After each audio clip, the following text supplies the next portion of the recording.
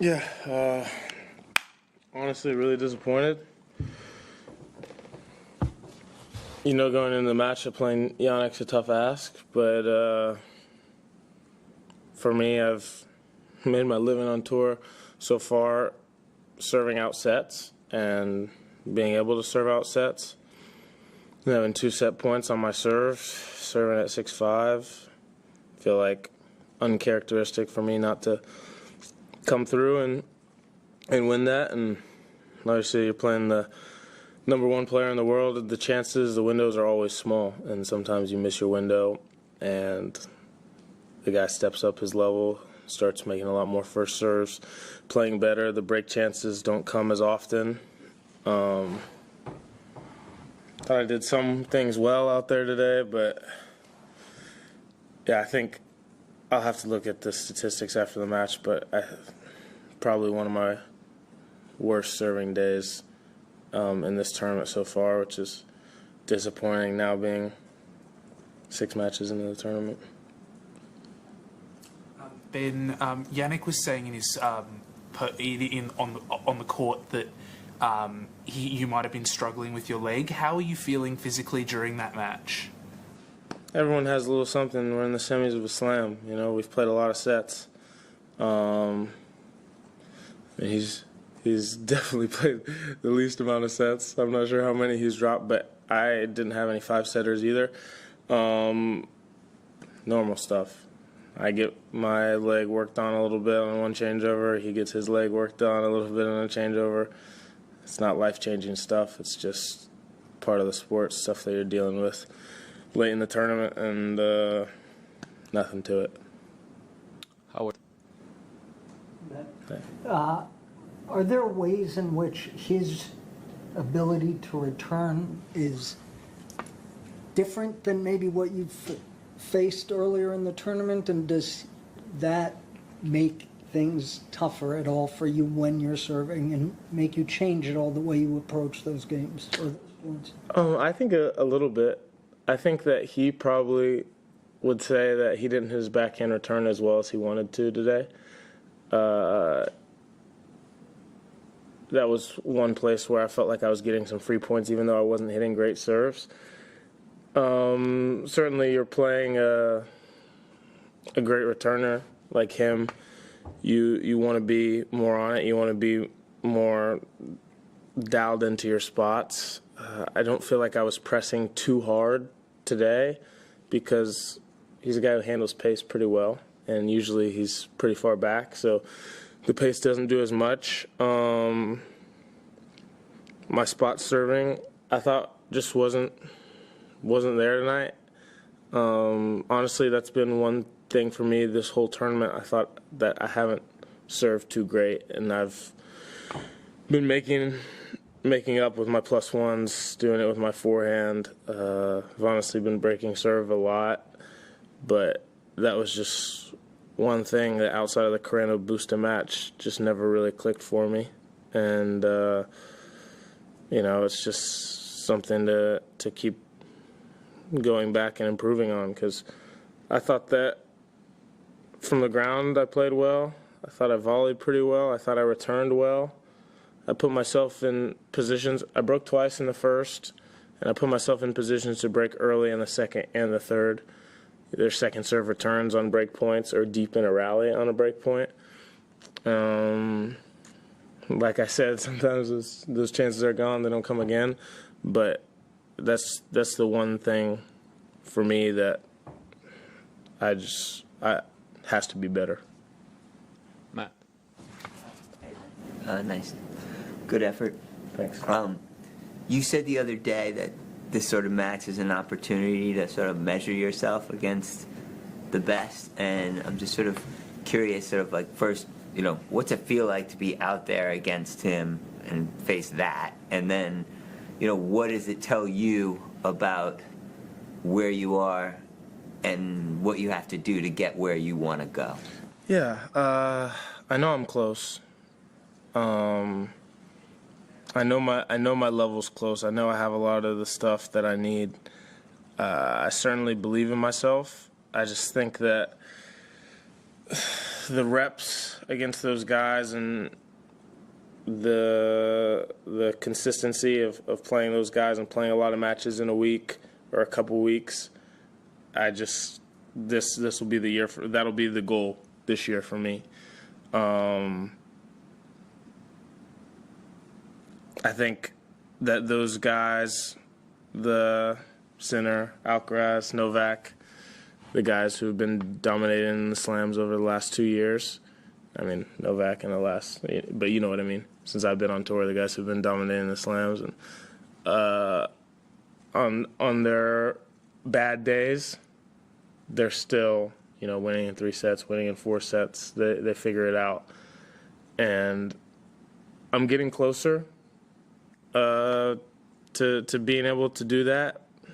Not having a good serving day or serving week and having a great tournament is a huge positive for me. It's like being able to recognize the flaws in what I did in my game against some of these guys and be able to go back to the drawing board. It gives me a lot of confidence, but I'm disappointed because I wanted to see where this match ended up. I win that first set and kind of get into the depths of it, deep in the 4th or the 5th, which should have been possible with where I was at in the first set, serving with set points. So, next time I'm out there with set points, I'm going to hit the ace. And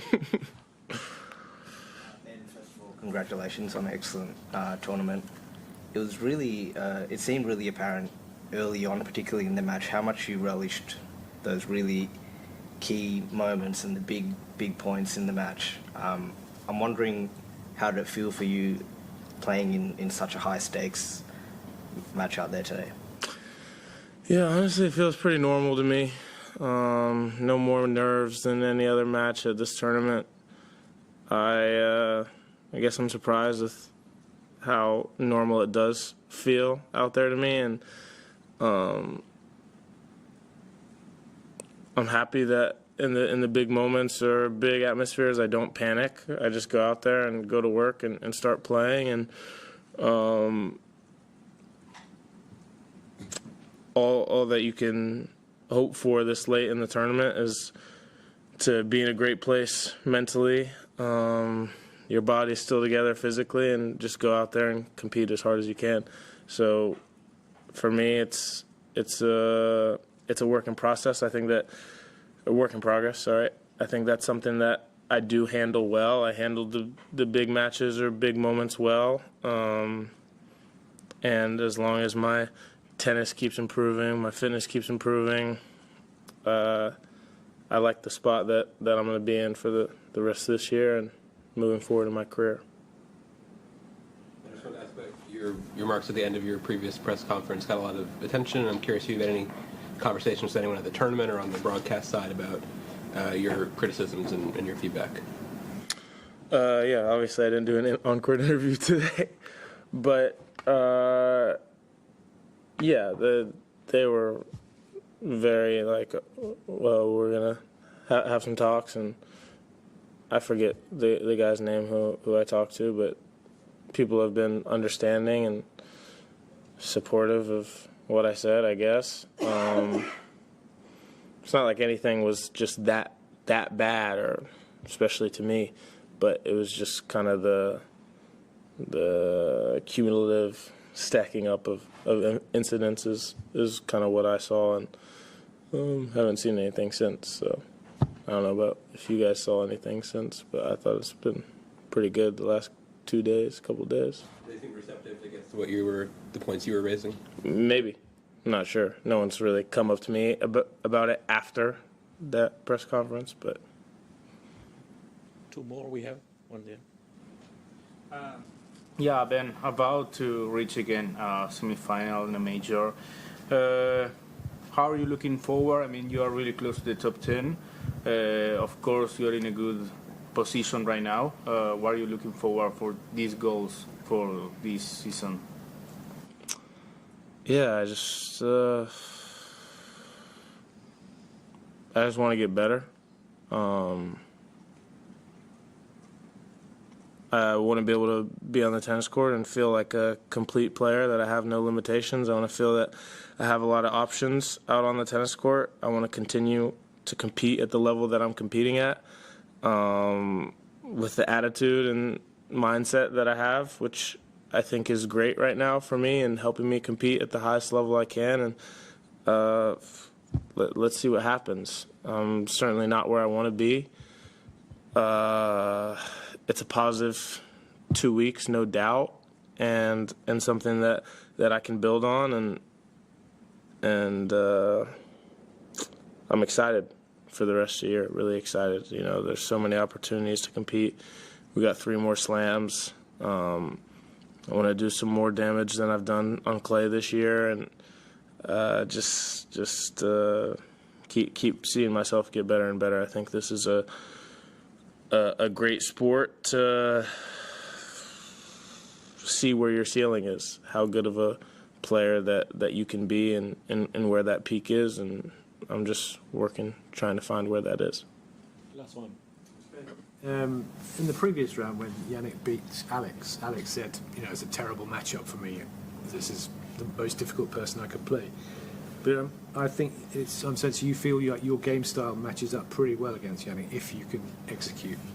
Yeah. I didn't execute perfectly today, but one of the good things about this matchup is that I heard Andy Roddick talking about it, but the ball that he hits a massive ball, obviously, but it's heavy. It has height over the net. It has shape. It's big, but it's also like it bounces up.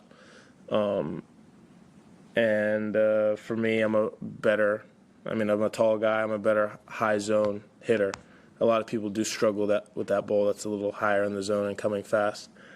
I don't mind it. I don't mind, you know, smacking a forehand off my back foot or hitting the backhand at shoulder height. And other guys who have the shovel backhand that stays real low to the ground, it's a different ball. And for me, sometimes tougher to deal with. I don't think many people would probably argue that Jannik's striking the ball the best in the world right now.